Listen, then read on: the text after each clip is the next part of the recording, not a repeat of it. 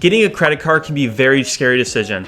However, with proper guidance, you can make this hard decision into one that will benefit you greatly, allowing you to potentially travel the world for free and enjoy tons of other perks and offers. With that being said, if I had to rank the start of my credit card journey, I would give it a solid 3 out of 10. For those that don't know me, I am 22 years old, rounding off my final year of education for my master's degree.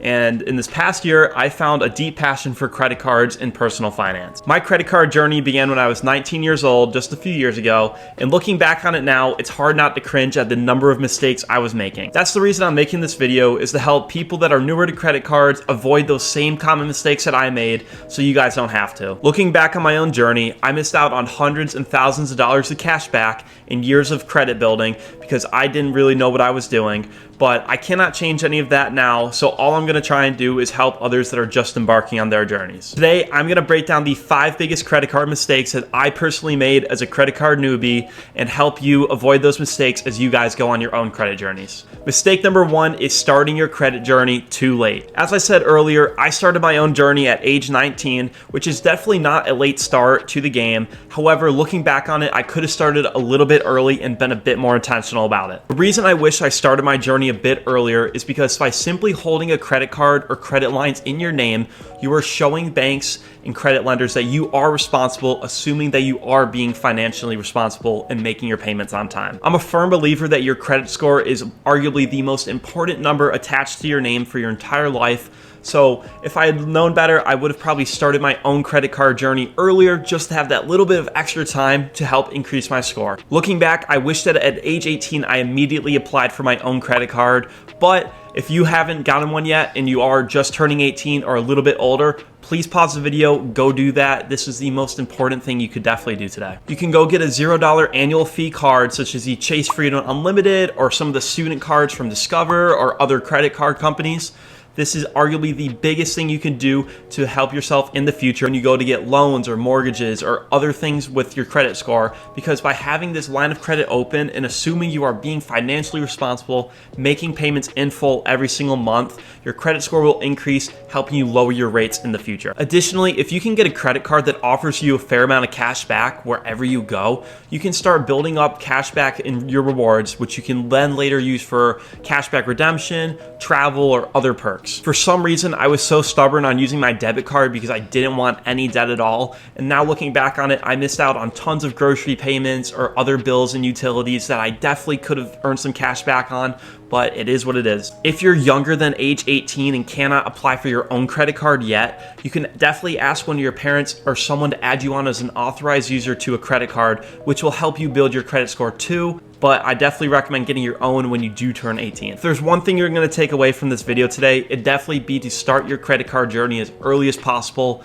just because it can help your credit score tremendously in the future. This launches me into my second credit card mistake that I made, and that is not getting my own personal credit card until I was age 21. Now, my credit card journey did begin at age 19. However, that is because my mom was smart and added me to a credit card that she never used as an authorized user. The way it worked for me is she set up this card, she never touched it, never did anything with the payments, and I essentially used it as my own credit card.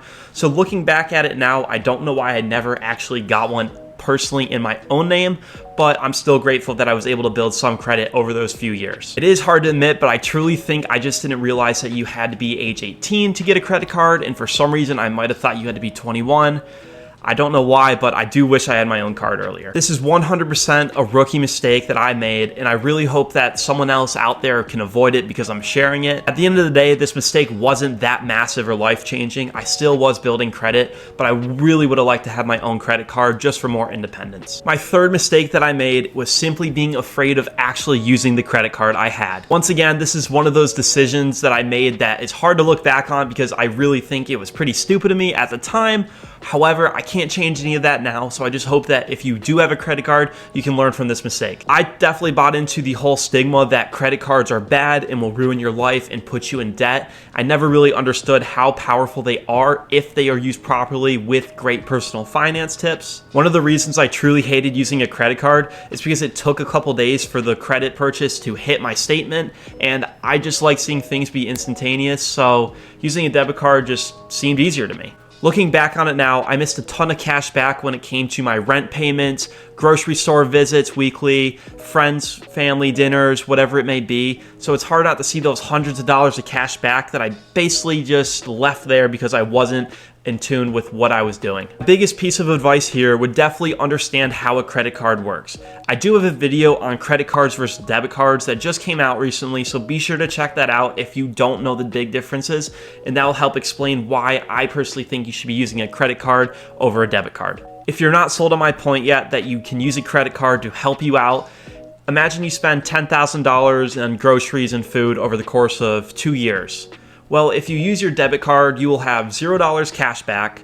But if you use a random $0 no annual fee card that gets you 1.5 to 2% cash back, you will have anywhere from $300 to $500 cash back solely from your food purchases. It most certainly pays to be informed on credit cards. It can help you maximize and get so much cash back, especially if you are practicing good financial habits. So please don't make the same mistake I did. Mistake number 4 that I made on my credit card journey was signing up for my first card through my bank.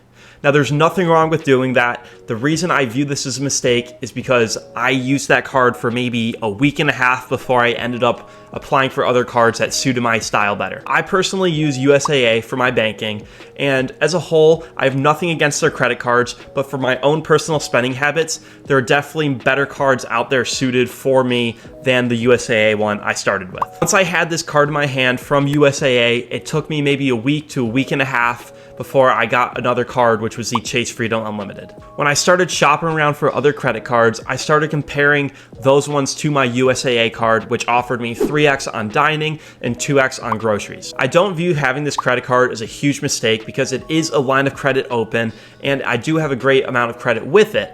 That being said, if I did have to fix the little bit of mistake I had here, I would say I'd do more research ahead of time and find a card that suits me better initially than just applying for the first one that I saw in my own bank. Once I started to play around with other credit cards, here I am sitting a few months later down the road with 4 credit cards in my name, using 3 of them consistently on a daily basis. This brings me to mistake number 5, which is not having fun early on. Your credit card journey is what you make of it. Early on, I bought into the stigma that credit cards were bad. I don't know why, but I do regret making this thought in my head because as I started surrounding myself and doing my own research on credit cards, I had a blast finding out which cards can help me maximize my cash back in different areas, and I just love doing this as one of my hobbies. Looking into different credit cards that can help me get the most points out of every single purchase, even if it's just a few bucks, is something I truly enjoy doing.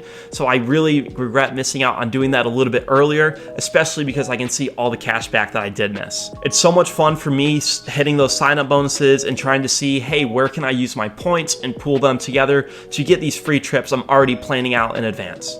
I'm someone that used to absolutely hate checking my accounts when I had to see how much I had my checking and savings and how much I owed on my credit cards. But now that I've really embraced this credit card mentality, I absolutely love checking my accounts every day.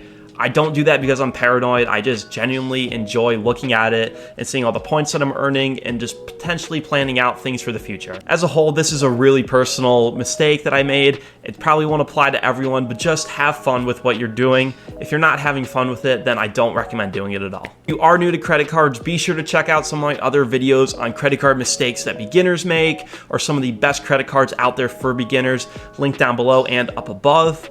Besides that, I want to ask you guys to please go like and subscribe on the video. I really enjoy making this type of content for you, so I'd love to see the reactions in the comments. That being said, I'll see you guys in the next video.